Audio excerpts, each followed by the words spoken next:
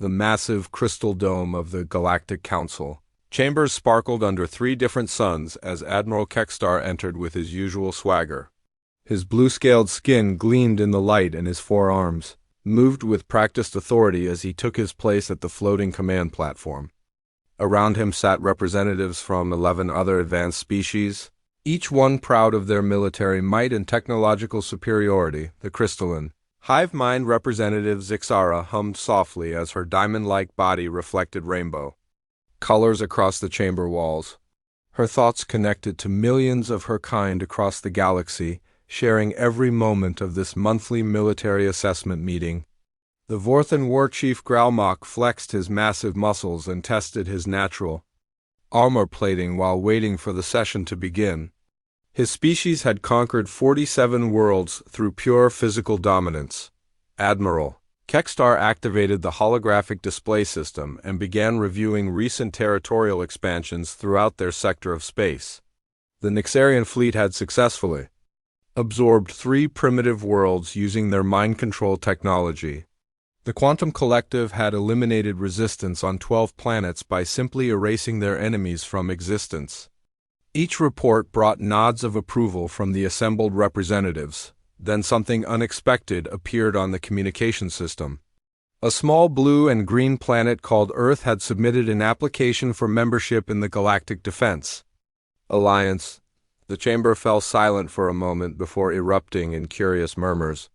Admiral Kekstar pulled up the application files and began reading the military assessment data that Earth had provided. The first images that appeared showed human soldiers carrying metal tubes that fired small metal projectiles. Zixara began to vibrate with what could only be described as laughter as she shared the images with her collective mind across the galaxy. The idea that any species still used physical projectiles instead of energy weapons seemed impossible to believe. War Chief Graumock stood up from his seat and pointed at the display with one massive finger. The humans appeared to be incredibly small and weak compared to his own people. Their vehicles moved on wheels instead of floating on anti-gravity fields. Their aircraft required the atmosphere to fly instead of traveling freely through space. Everything about their military technology looked like something his people had abandoned thousands of years ago. The Netherian representative Vextel studied the human combat footage with his large black eyes. His people were natural assassins who could phase in and out of different dimensions at will. Watching humans fight with chemical explosives and ballistic weapons was like watching children play with sticks and stones. He shook his head in disbelief that such a primitive species even existed in their galaxy. Admiral Kekstar continued scrolling through the human military data while the other representatives shared their observations. The humans seemed to have spent most of their history fighting each other with increasingly destructive weapons. Their wars showed massive armies moving slowly across land masses, using vehicles that burned fossil fuels and weapons that relied on chemical reactions. None of it made any sense to beings who had mastered energy manipulation and quantum physics. The psionic Mentis delegate Zefduth reached into the minds of several council members and shared his assessment through direct thought transmission. He had studied thousands of species across the galaxy and never encountered anything quite so backward. The humans showed no evidence of telepathic abilities, energy projection, or even basic force field technology. They were essentially intelligent animals who had learned to use tools. As the presentation continued, the laughter in the chamber grew louder and more frequent. The human space program showed primitive chemical rockets that could barely escape their planet's gravity well. Their most advanced weapons required massive infrastructure and could only destroy single cities at a time, compared to the planet-killing devices that most council species carried on their smallest ships. Human military technology was laughably inadequate. The ethereal collective representative began glowing brighter as his energy-based life form processed the absurdity of the situation. His people could travel at light speed and phase through solid matter at will. The idea that carbon-based life forms still used metal projectiles and chemical propulsion was so primitive that it challenged his understanding of evolution and intelligence. Admiral Kekstar finally closed the application files and looked around at his fellow council members. The decision seemed obvious to everyone present. Earth's military capabilities were so far below galactic standards that they would be conquered within hours if any major power decided to invade their system. Their weapons could not penetrate modern energy shields. Their ships could not catch vessels that traveled faster than light. Their soldiers could not compete with beings who possessed natural armor, regeneration abilities, or supernatural powers. War Chief Graumock declared that a single patrol ship from any council member's fleet could conquer the entire human species without taking damage. The other representatives agreed immediately.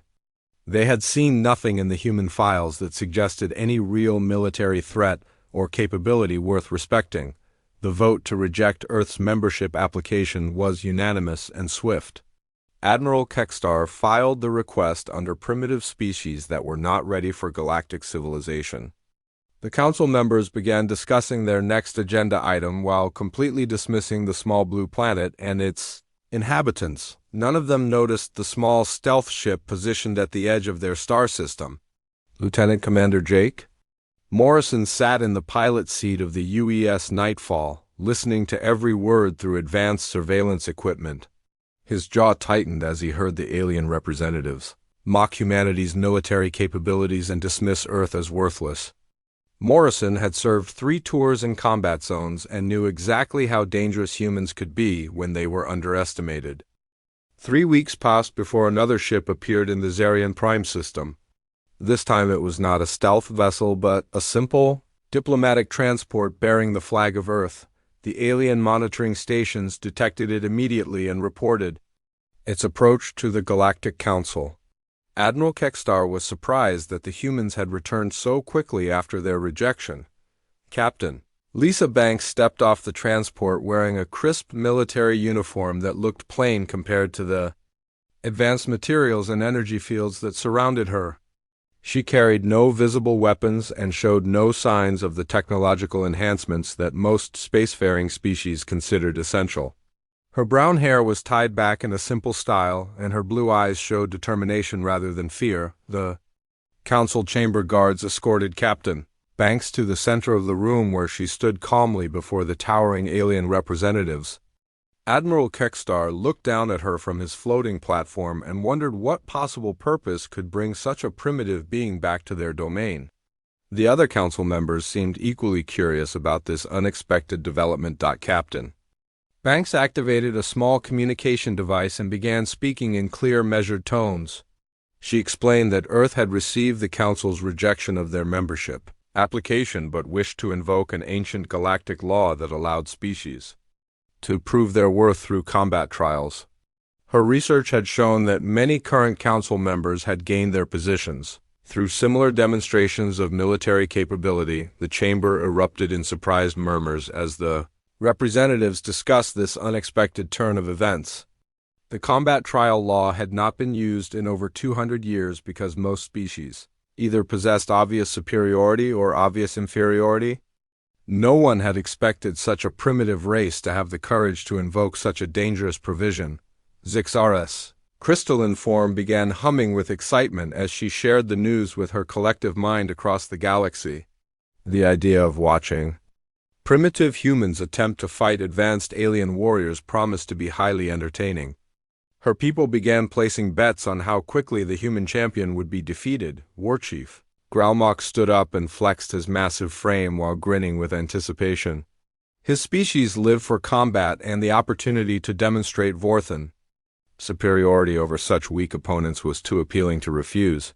He had personally defeated champions from 7 different worlds and looked forward to adding a human scalp to his collection. Admiral Kekstar considered the legal implications while studying Captain Banks carefully.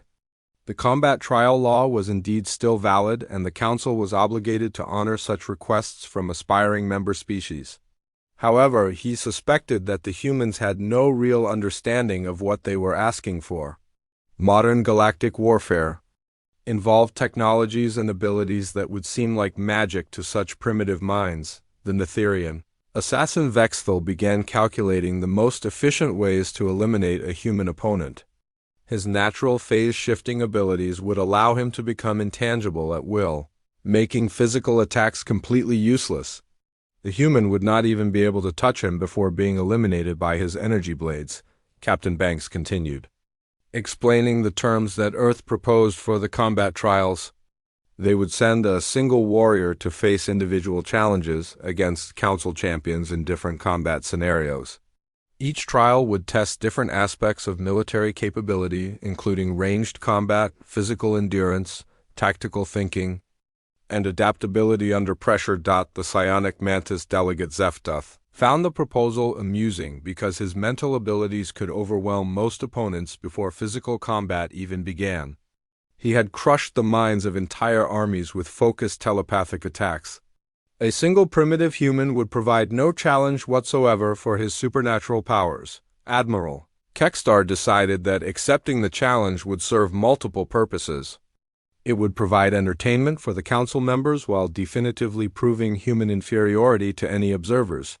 The trials would also serve as a clear demonstration to other primitive species about the futility of challenging galactic authority. The vote to accept Earth's combat trial request was unanimous. Admiral Kextar volunteered himself as the first challenger, confident that his personal energy shields and advanced plasma weaponry would end the competition quickly. War Chief Graumock demanded the second position, eager to crush human bones. With his enhanced strength and natural armor, the other species each nominated their finest warriors for the remaining challenge positions. The Ethereal Collective chose their most powerful energy manipulator. The Quantum Collective selected their reality warping specialist. The Nixarian Empire nominated their master mind controller. Each representative was certain that their champion would easily dominate any human opponent. Captain Banks transmitted the challenge parameters back to Earth through her communication device while the alien representatives discussed the specific rules and combat scenarios. The trials would take place in neutral arenas designed to test different military skills without giving unfair advantages to any particular species or fighting style. On Earth, Military Command received the transmission and immediately began debating who should represent humanity in such a dangerous situation. The chosen warrior would face opponents with unknown technologies and supernatural abilities while carrying the hopes of the entire human race. The selection process would require someone with exceptional skills and the mental flexibility to adapt to completely unfamiliar combat situations. General Patricia Stone reviewed personnel files for candidates who possessed the right combination of combat experience, tactical thinking, and psychological resilience. The warrior would need expertise in multiple fighting styles, experience with various weapon systems, and the ability to remain calm under extreme pressure. The choice eventually fell on Sergeant First Class Alex Cooper, a Delta Force operator, with an unusual background in both modern warfare and historical combat techniques. Cooper had spent years studying everything from ancient sword fighting to theoretical future weapon systems. His record showed consistent success in unconventional missions where adaptability was more important than superior firepower. Cooper received his orders while training at a classified facility in Colorado.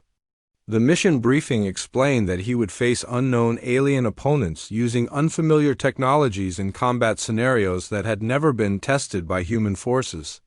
His success or failure would determine whether Earth gained acceptance into the galactic community or remained isolated and vulnerable. The preparation time was limited, but Cooper spent every available hour studying the available data about alien physiology, known technologies, and recorded combat footage from previous galactic conflicts. He practiced with various weapon systems and combat techniques while trying to anticipate what kind of challenges he might face against opponents who possessed abilities that defied human understanding. Captain Banks remained on Zarian Prime to coordinate the trials and ensure that Earth's interests were properly represented. She watched the alien representatives make their preparations with growing concern about what they had gotten themselves into.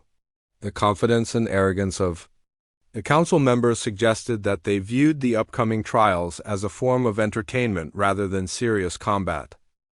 Sergeant Alex Cooper stepped off the Earth transport ship wearing standard military fatigues and carrying a simple equipment pack. The alien observers gathered around the landing platform stared at him with mixtures of curiosity and amusement. He appeared completely ordinary by human standards, but looked like a primitive savage compared to the advanced beings surrounding him. Admiral Kekstar examined the human warrior through his enhanced vision systems while checking for hidden weapons or technological enhancements. Cooper carried no energy weapons, wore no protective force fields, and showed no signs of genetic modification or cybernetic implants.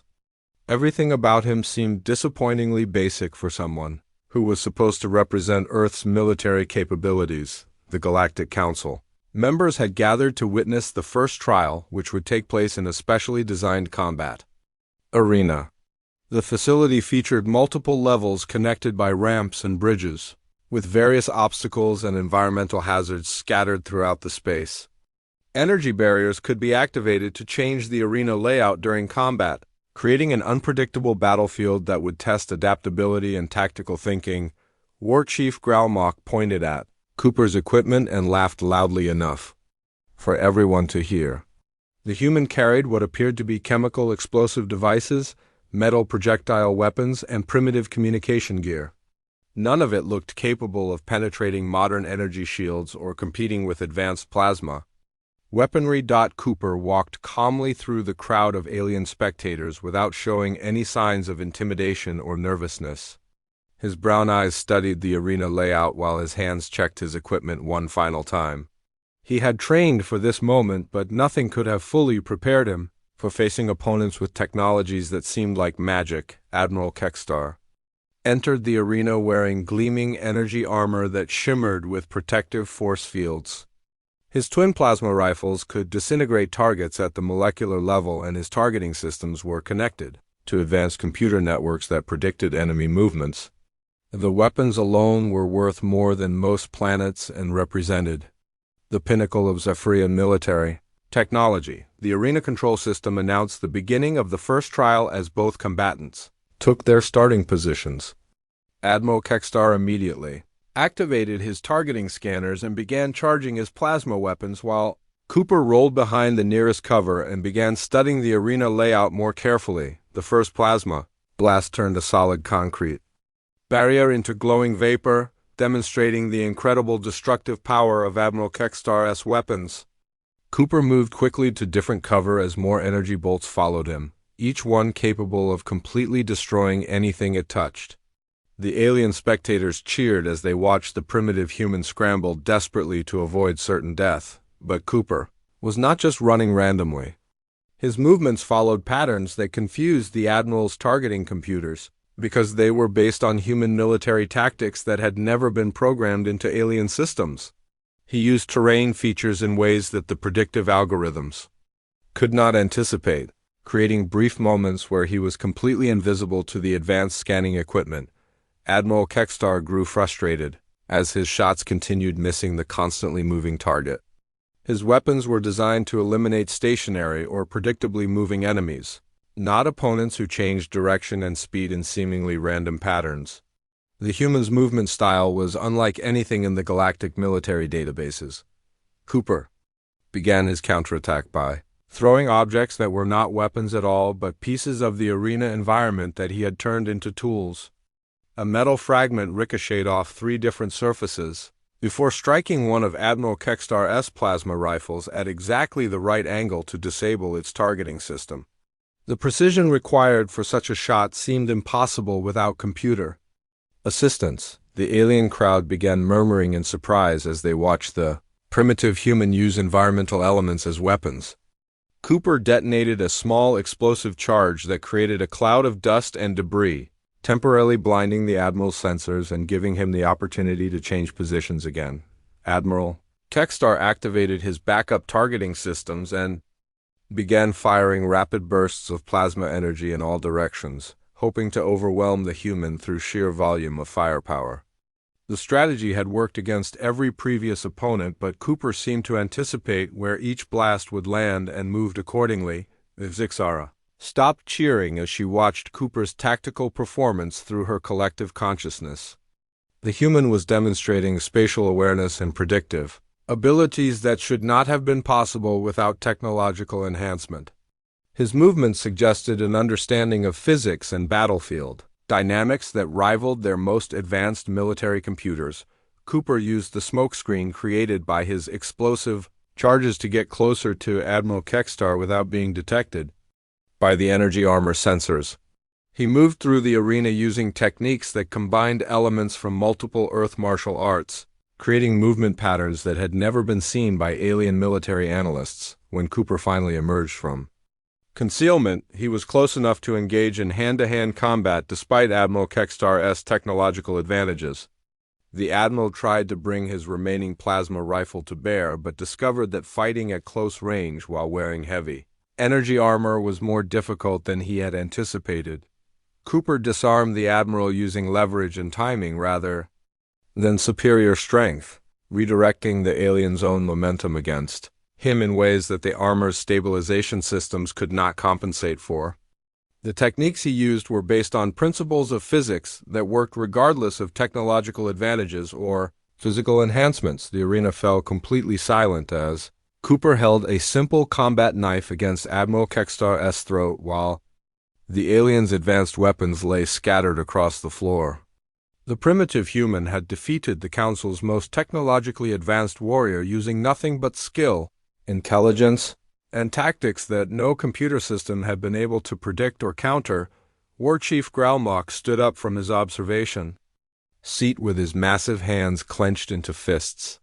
The defeat of Admiral Kextar was supposed to be impossible given the vast technological superiority of Zephyrian military equipment.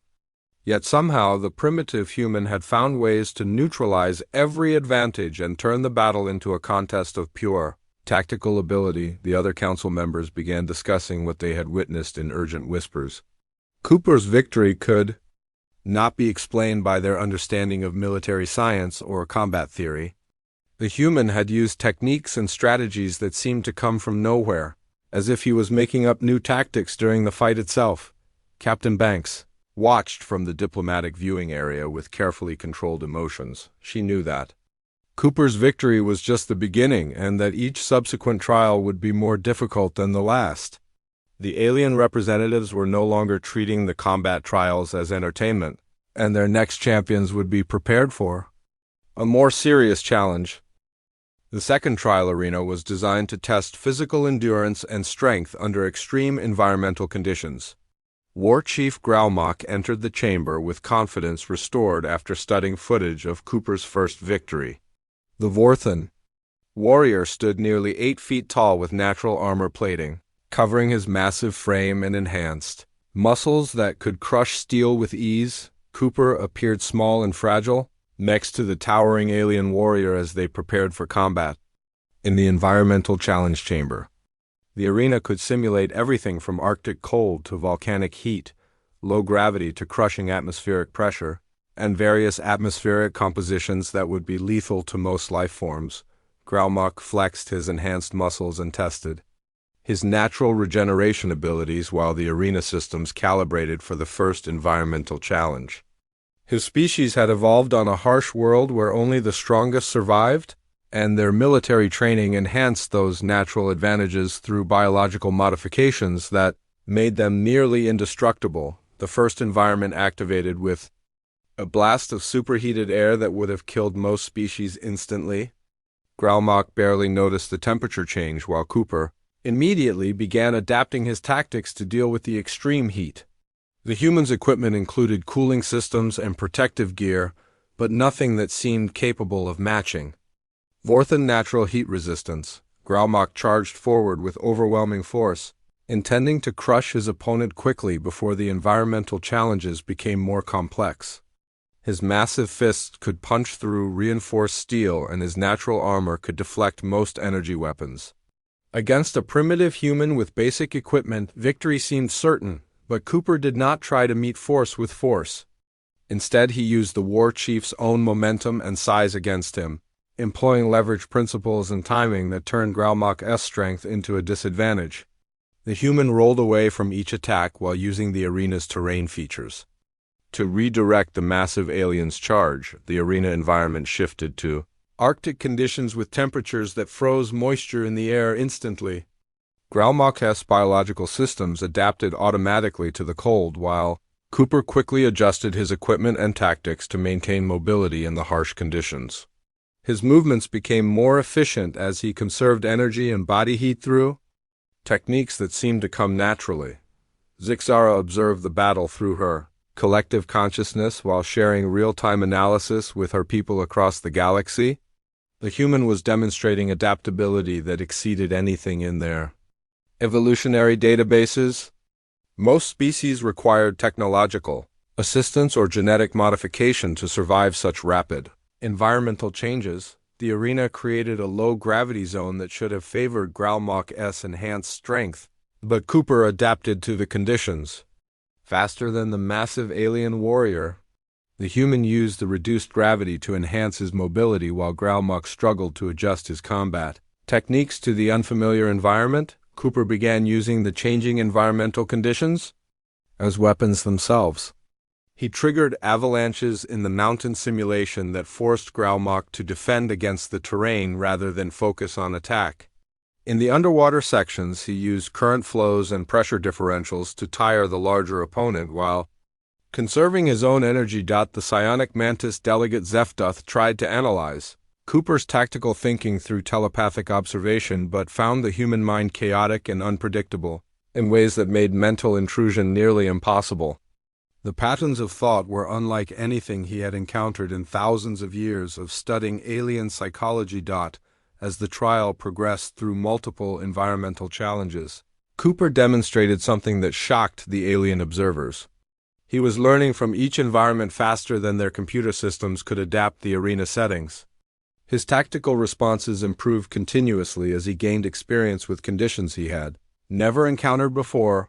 War Chief Graumak's regeneration abilities proved formidable when Cooper attempted direct attacks, but the human quickly shifted strategies to psychological warfare and environmental manipulation. Instead of trying to damage his opponent directly, Cooper began using the arena itself as a weapon against the massive warrior. The ethereal collective representative began glowing brighter as his energy-based consciousness processed what he was witnessing. Cooper was not just adapting to each challenge but actually improving his performance as the trial continued. The concept of real-time learning and tactical evolution was completely foreign to their understanding of combat. Cooper caused a controlled avalanche in the mountain environment that pinned Graumak without seriously injuring him, demonstrating both tactical brilliance and moral restraint that surprised the watching aliens.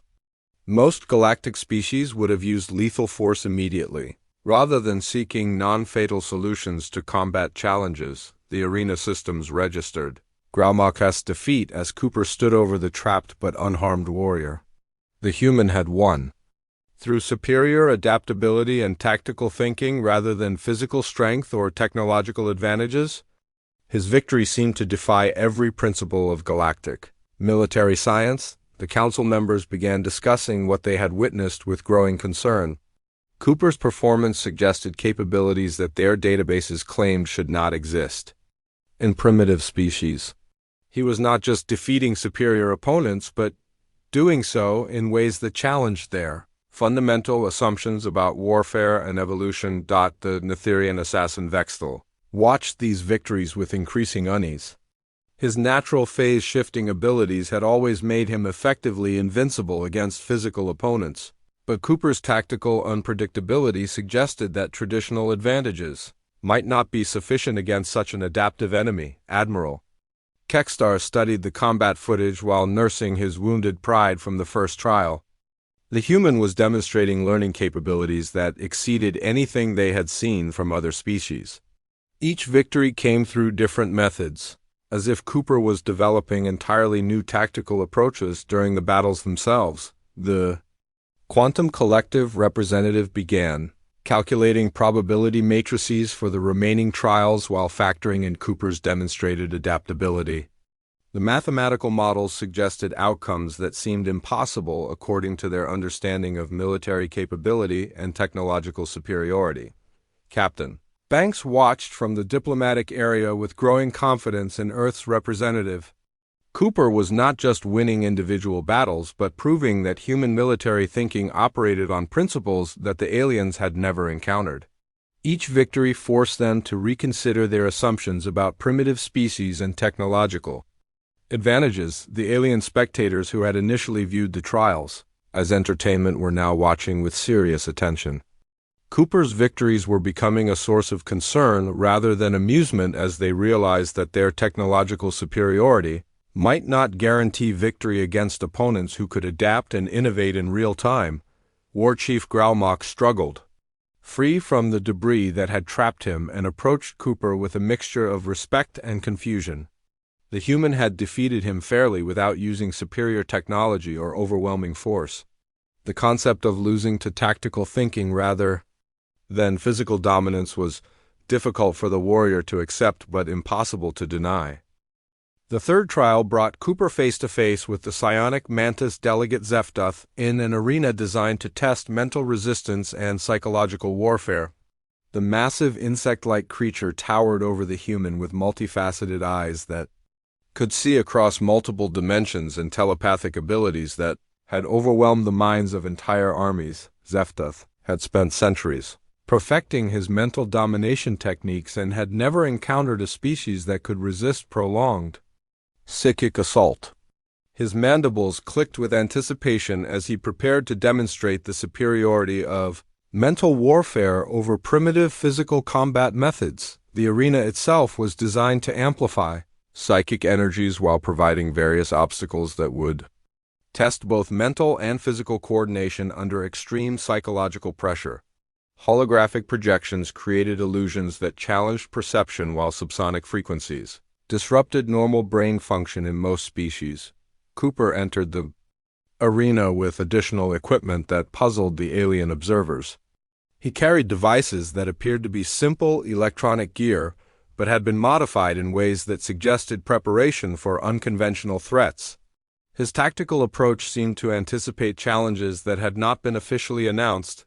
Zefduth immediately launched a massive telepathic attack designed to paralyze Cooper's mind with overwhelming fear and confusion. The psychic assault had rendered other opponents catatonic within seconds, leaving them helpless against follow-up attacks that could rewrite their memories and personality completely. But Cooper's mind proved chaotic and unpredictable in ways that made mental domination nearly impossible. His thoughts jumped between topics rapidly while maintaining focus on tactical objectives that seemed to exist on multiple levels simultaneously. The human consciousness was unlike anything Zefduth had encountered in thousands of years of studying alien psychology. The watching aliens murmured in surprise as Cooper not only resisted the psychic attack but continued moving and fighting effectively while under mental assault. His equipment included devices that generated electromagnetic interference patterns specifically designed to disrupt telepathic connections. Based on theoretical research from Earth scientists, Zefduth increased the intensity of his mental attacks, while using his physical advantages to pressure Cooper from multiple directions. The mantis creature could move with supernatural speed and strike with razor-sharp limbs that could cut through most materials. Combined with psychic domination, his attacks should have been impossible to counter. Cooper responded by using his understanding of psychology and behavioral patterns to predict Zefduth's movements despite the alien's supernatural abilities. He had studied recordings of previous mantis combat techniques and identified tells that remained constant regardless of psychic enhancement or dimensional perception. The fourth trial paired Cooper against an energy-based life form from the ethereal collective that could phase through solid matter at will. The creature existed partially outside normal space-time and could strike from unexpected angles, while remaining immune to physical attacks. Traditional weapons passed harmlessly through its energy matrix. Cooper had prepared for this challenge by studying the arena's technical specifications and jury-rigging devices that could interact with energy beings using principles from Earth's theoretical physics research. His equipment included modified electromagnetic field generators that could affect non-corporeal entities through quantum resonance effects. The energy being attempted to phase through Cooper's defenses but discovered that the human had created electromagnetic barriers that could actually harm beings existing in energy states. The modified equipment worked by manipulating the fundamental forces that held the entity's consciousness together in its non-physical form. Zixara shared the battle data with her collective mind across the galaxy while trying to understand how primitive human science could affect beings that existed beyond normal matter.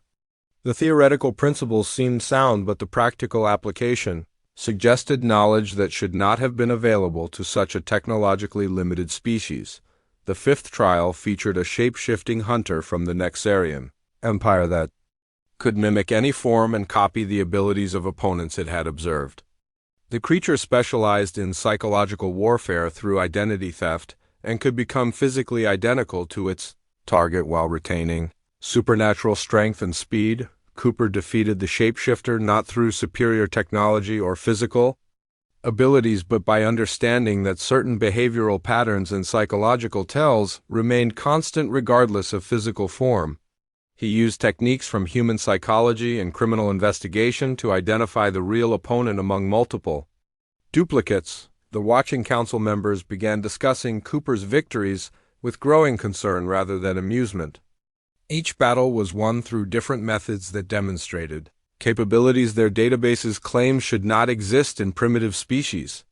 The human was not just defeating superior opponents, but doing so in ways that challenged fundamental assumptions about military science. Admiral Kekstar demanded to know how a primitive human could consistently overcome technological and biological advantages that should have guaranteed victory for advanced alien warriors.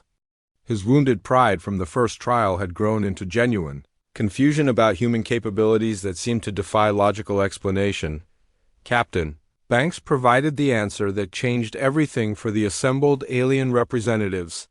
She explained that humans were persistence hunters who had evolved to chase down prey over vast distances and varied terrain, while adapting to constantly changing conditions and environmental challenges. More importantly, humans were the only known species that had spent their entire evolutionary history fighting opponents with identical intelligence and adaptability.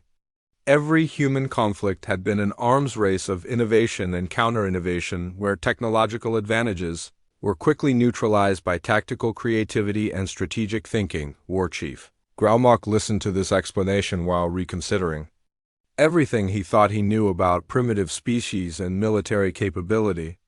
The concept of evolution through constant warfare against equally intelligent opponents was completely foreign to most galactic species who had achieved dominance through technological or biological superiority. Captain Banks continued explaining that humans actively studied warfare as both art and science, learning from every conflict in their history while constantly developing new tactics and strategies. Human military education included studying defeats as carefully as victories, creating a culture that viewed adaptation and innovation as essential survival skills. The Galactic Council members realized that they had made a fundamental error in their assessment of human military capability.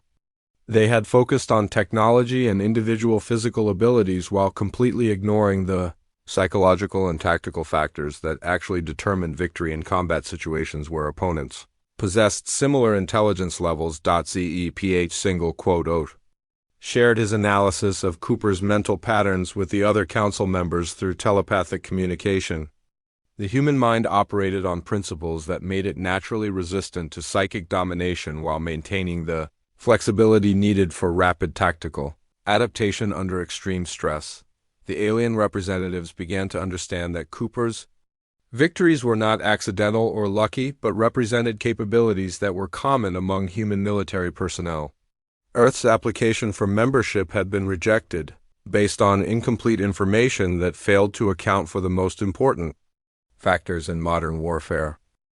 The final trial was announced as a complex group combat scenario where Cooper would face multiple opponents simultaneously while completing a rescue mission in a simulated urban environment.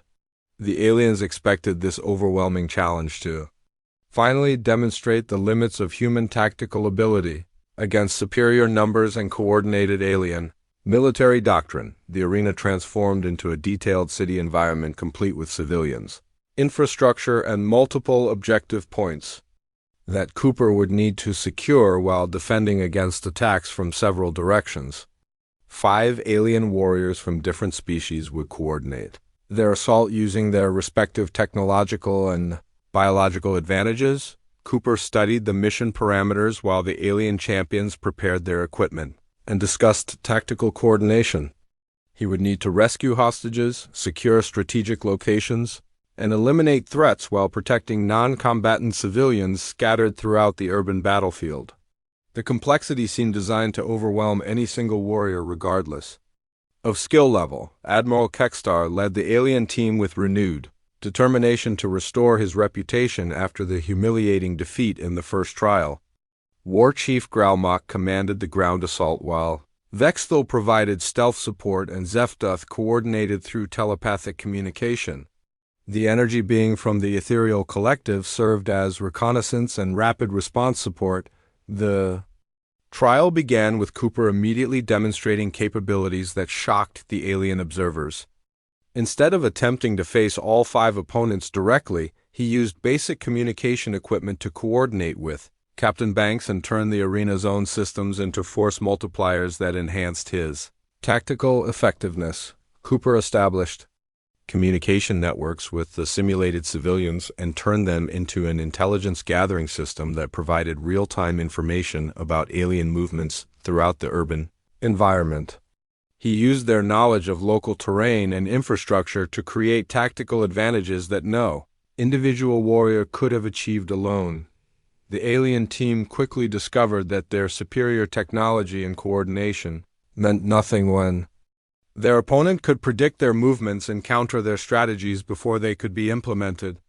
Cooper seemed to understand their tactical thinking better than they understood his, creating a psychological advantage that neutralized their numerical superiority. Captain Banks provided remote support through the arena's communication systems, while Cooper demonstrated the ultimate human military capability of tactical coordination with limited resources. He created force multiplier effects that the aliens had never witnessed by turning every element of the environment into a strategic asset. Admiral Kextar's energy weapons proved useless against an opponent who could anticipate their targeting solutions and use the urban environment for cover while simultaneously advancing multiple objectives. Cooper's movements through the city seemed random but actually followed complex patterns that achieved multiple goals simultaneously. War Chief Graumock found his enhanced strength meaningless when Cooper avoided direct confrontation while completing mission objectives that the alien warriors could not prevent or predict.